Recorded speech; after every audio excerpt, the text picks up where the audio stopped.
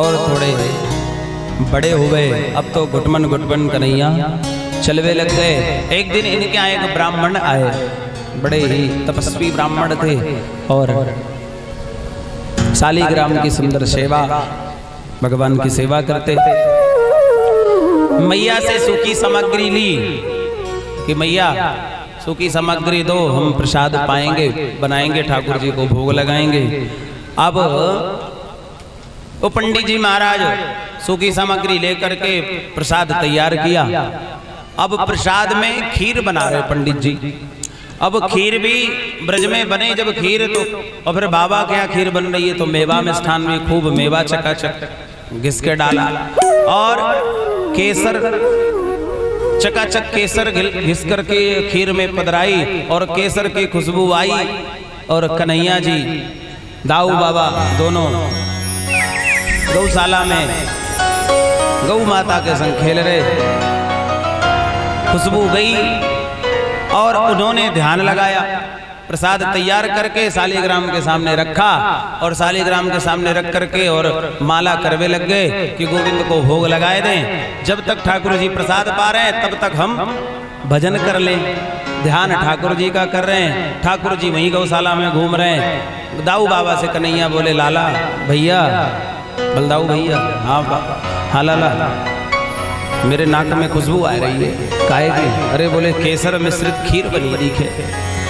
हाँ तो अब तो भूख लग रही है और ये बाबा मोइये बुला रहा है ध्यान करके, तो भोग तो लगाए दूं, जब तक ये ध्यान में है तब तक भोग लगाए दे। तो कन्हैया पहुंच गए पंडित जी के पास, वो तो ध्यान में बैठे हैं और महाराज कटोरा लेकर के और गप गप गप खाना शुरू कर दिया। अब पंडित जी की दृष्टि खुली और दृष्टि खुली तो सामने देखा तो शालिग्राम के सामने कन्हैया जी बैठे चौकी में और चकाचक खीर पा रहे। और पंडित जी ने कहा, अरे राम राम राम राम, ये क्या कर दिया? या बालक ने सबरी खीर झूठी कर दी और श्रीनाथ जी को, ठाकुर जी को, मेरे शालिग्राम को भोग झूठो कर दियो। अरे मैया यशोदा देख, तेरे लाला ने कहा कि हो। अब मैया आई, लाला को देखो मोहड़ो सनो भयो खीर में। मैया ने उठाया गोदी में, लाला जी का कर दियो तेने। बाबा पंडित जी से कन्हैया, मैया बोली, पंडित जी माफ करियो, बालक छोटो है, अबोध है, तुम ऐसो करो दोबारा ले लो सामग्री फिर बना। अब पंडित जी को फिर सामग्री दी और फिर से पंडित जी ने बढ़िया खीर बनाई चकाचक और खीर बना के जब तक तैयार कियो और फिर माला लेकर के फिर बुलावे लग गए। और फिर बुलावे लग गए तो फिर कन्हैया कह रहे हैं, दाऊ दादा पंडित जी फिर बुला रहे हैं और फिर मुझे जाना पड़ेगा। फिर से कन्हैया पहुंच गए, फिर से खीर उठा करके भोग लगावे लग गए। पंडित जी की दृष्टि खुली, फिर से भोग लगे। महाराज पंडित जी बड़े परेशान, लाला फिर तेने झूठो कर दियो। अब मैया को गुस्सा आया, मैया ने कहा कि यो कमरा के अंदर बंद करके और कुंडी लगा दी। बोले ऐसे ना माने कोई। और तीसरी बार सामग्री दी और तीसरी बार बना करके तैयार किया और जैसे ही सामने रख करके बुलाया। ठाकुर जी कह रहे हैं, बड़ा बावरा पंडित है, बुलाता मुझको है और मैं पहुंच जाता हूं पाने के लिए तो फिर भगा देता है। कैसा भगत है? अब तो कुंडी लगी है लेकिन भगवान को कौन रोक सकता है?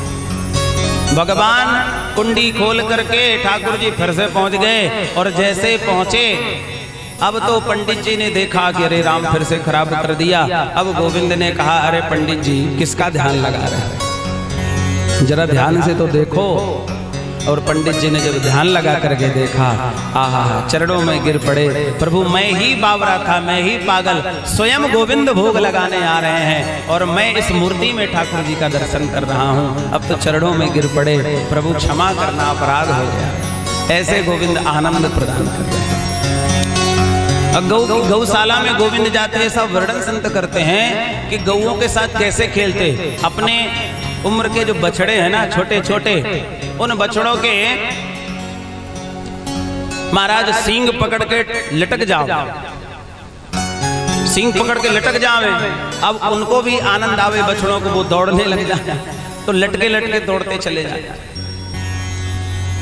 अब जब दौड़वे लग जाए वो, पहले तो बड़ा मजा आवे लटकवे में, आज जब वो बछड़ा दौड़वे लग जाए तो मैया पुकारे, मैया बचा मत, भैया हम मैया बचा, ये तो पटक देगो कहीं। अब वो बछड़ा भी जानते हैं, आनंद ले रहे हैं, तो ऐसी वैसी जगह नहीं फेंकते कन्हैया को, ले जाकर के जहां गोबर का ढेर लगा रहे ना, वहां जाकर कन्हैया को पटक देते। ऐसा आनंद ठाकुर जी ले रहे हैं, इन ब्रजवासियों को प्रदान कर रहे हैं। एक दिन तो हद है गई महाराज, कन्हैया ने कहा कि एक बड़ा बछड़ा था, उसकी 2 सींग, देसी जो होते हैं बछड़े उनके सींग ऐसे होते हैं, ऐसी सींगे थी। कन्हैया को लगा कि ये बढ़िया गाड़ी है, तो बेचारा बैठा था तो उसके मस्तक पर बैठ गए और दोनों सींग ऐसे पकड़ ली। अब गाड़ी चला रहे हैं महाराज। ऐसे ऐसे आनंद ठाकुर जी इस ब्रज में ले रहे हैं। अब थोड़े से कन्हैया बड़े हुए तो एक दिन अपने ही घर में मैया यशोदा प्रातःकालीन जगी और मैया मक्खन छीके पे रख करके अंदर कमरे में जो मक्खन रखवे को कोठार, उसमें मक्खन रखा मटकी में। अब मैया कीर्तन करवे लगी, सिया राम करवे लगी। अब मैया के कानों में गुड़गुड़ की आवाज आई। मैया विचार कर रही कोठार में कहीं बिलौटा तो ना घुस गयो, बिलैया तो ना घुस गई कि मक्खन खा रही हो। अब मैया ने जब जाकर अंदर देखो तो वहां कोई बिलौटा ना आए, वहां कोई बिलैया ना आए, जे बड़ो वालो बिलौटो ठाड़ो। क्यों रे कन्हैया माखन झूठो कर रहे हो? कन्हैया कह रहे ना मैया मैं माखन झूठो ना कर रहा हूं, तो यहाँ कहा कर रहे हो?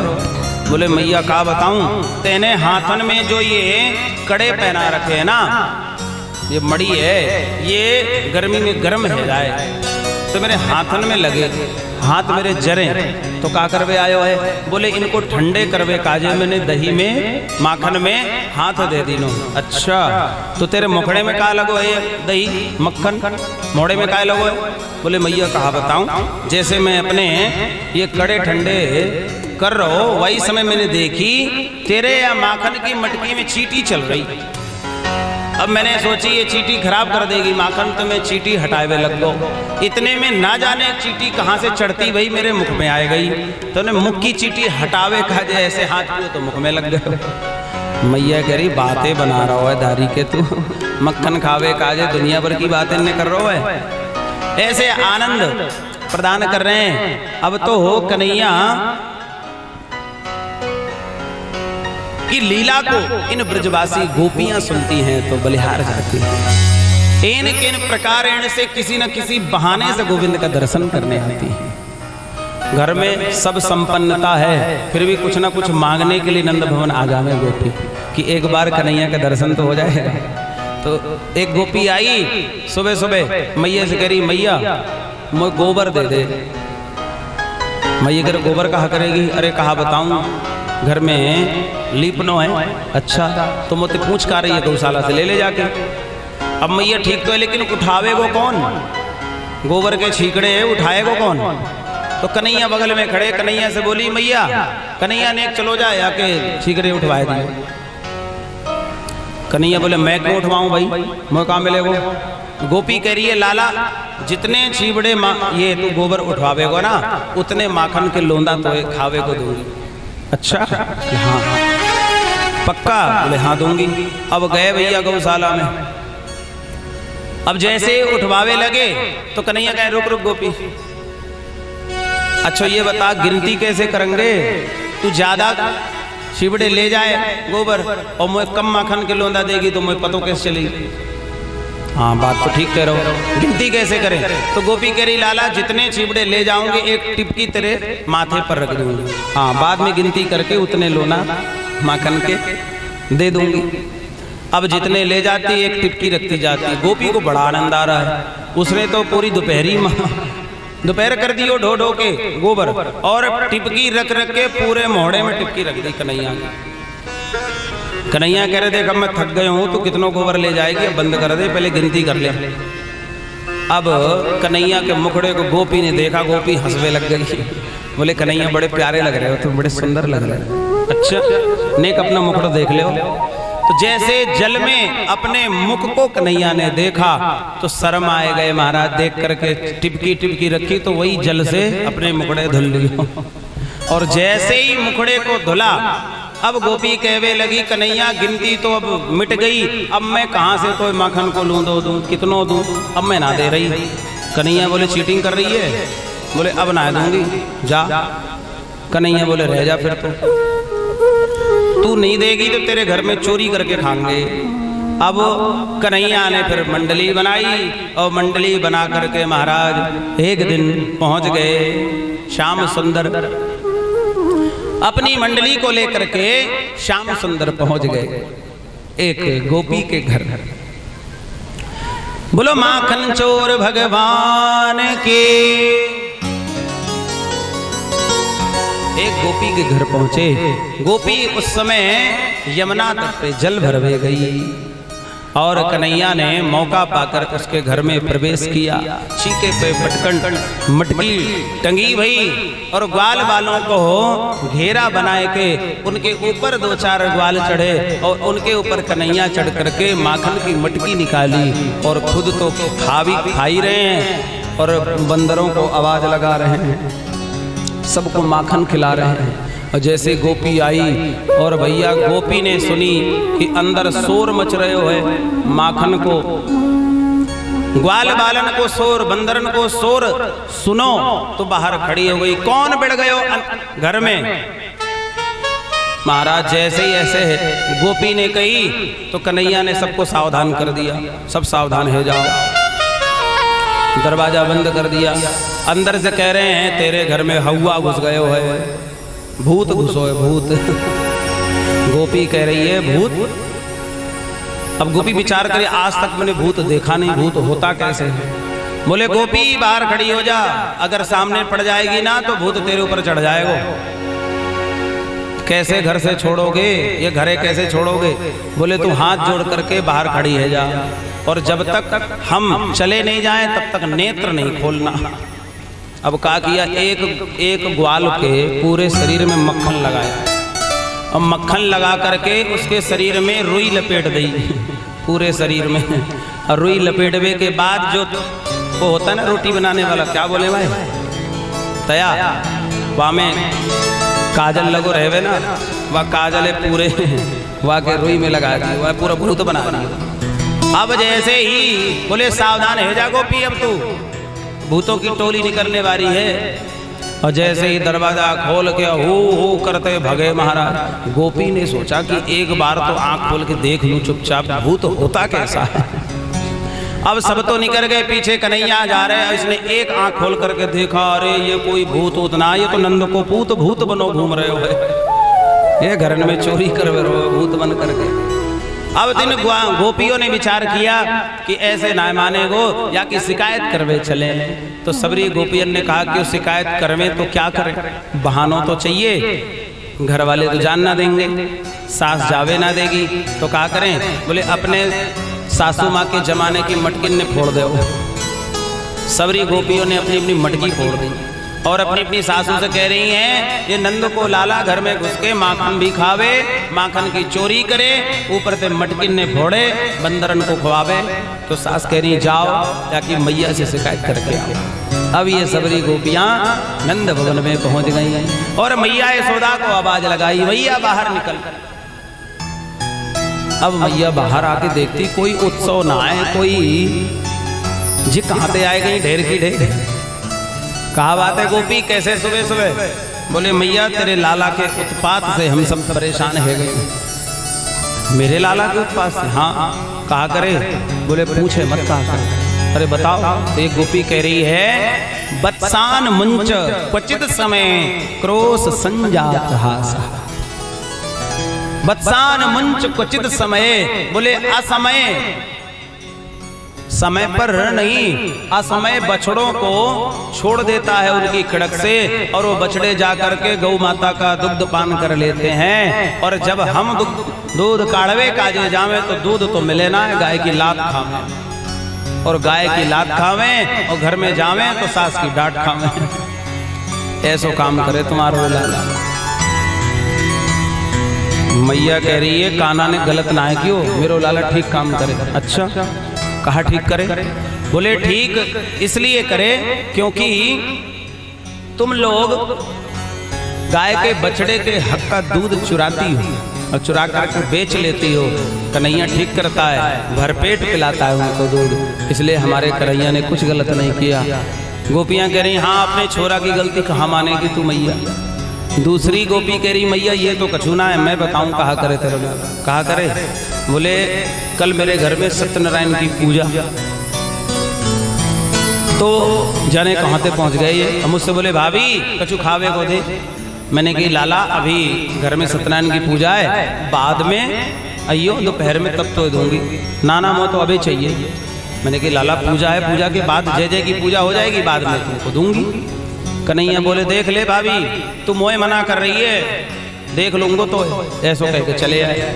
मैंने सोची आंगे जब बाद में सेवा करूंगी। अब ये पतोनाए थोड़ी देर बाद घर पहुंचे और मोते कह रहे भाभी जल्दी चल देख जहां तने सत्यनारायण की पूजा करी ना साक्षात सत्यनारायण भगवान प्रकट है गए। तो मैं भागी आई आंगन में, और आंगन में जाकर के देखो तो जा चौकी में सत्यनारायण भगवान की पूजा करनी थी, वह चौकी में ना जाने कहां से परमानंद दास को ठाकुर लायो पिल्ला घेर। 2 पिल्ला ला के बैठा दे और उन्हें जो करना सो करके चले गए।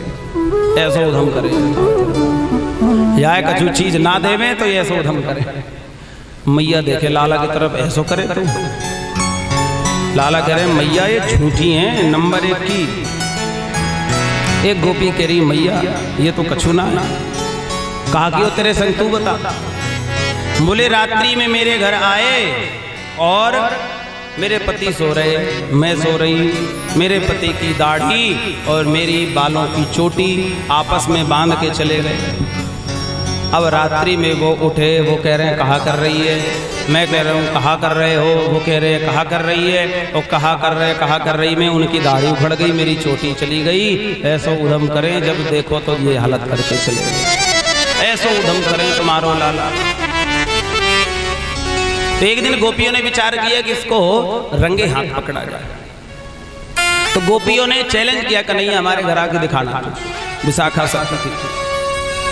इन्होंने प्लानिंग करके क्या किया कि ऊपर छीके में जो माखन रखो जाए ना, वहां में घंटी बांध दी। बोले जब ये चोरी करवे आएंगे और मटकी उतारेंगे तब घंटी बजेगी, तब इनको पकड़ लेंगे।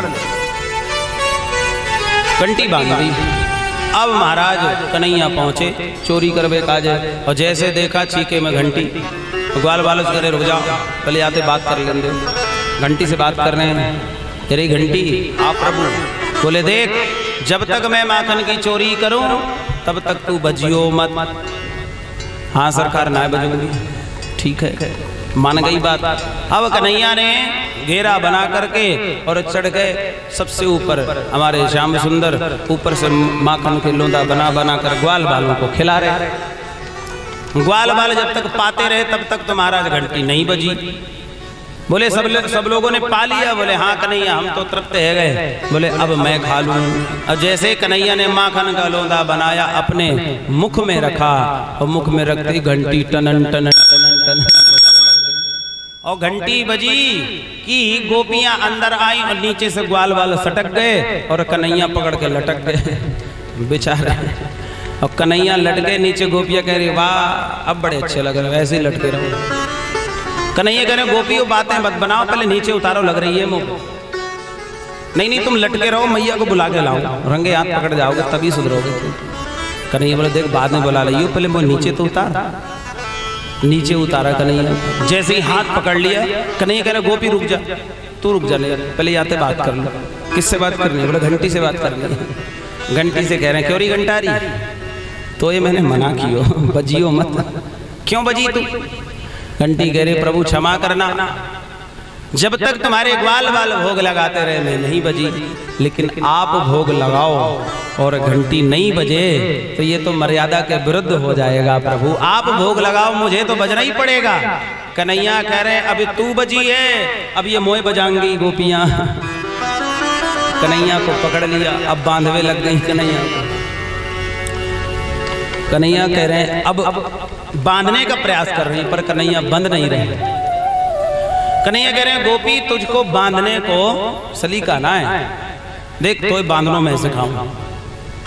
अच्छा सिखा दे लाला, मैं सिखा रहा हूं तू सीख ले, जब तू सीख जाएगी फिर मैं बांधूंगा। अच्छा ठीक है लाला, ताकि तोतली तोतली भाषा में सब भूल जाएं गोपियां। और खंबे के सारे खड़ा कर दिया गोपी को, और एक रस्सी नीचे लगाई पैरों में, एक रस्सी लगाई कमर में, एक रस्सी लगाई गले में, और पीछे से बांध करके गांठ दे दी। अब कह रहे हैं देख ऐसो बांध हो जाए। गोपी के रे लाला मैं सीख गई, अब खोल दे। हाँ पागल समझ रहा कहते हैं खोल दे, हमें तो बांधना ही आवे खोलना आवे ही ना। तू ऐसी बंदीरे बड़ी अच्छी लग रही है, तेरी सास को बुला के लाऊं। सर्कस कर रही गोपी। अब तो महाराज गोपी बड़ी परेशान, बोले मैया ऐसी हरकत करे तेरो लाला। कहे गोपियां कह रही हैं मैया क्या क्या कहूं तुमसे।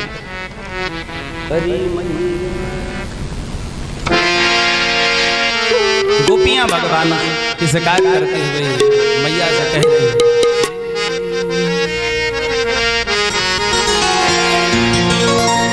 हरी मैया कन्हैया की शिकायत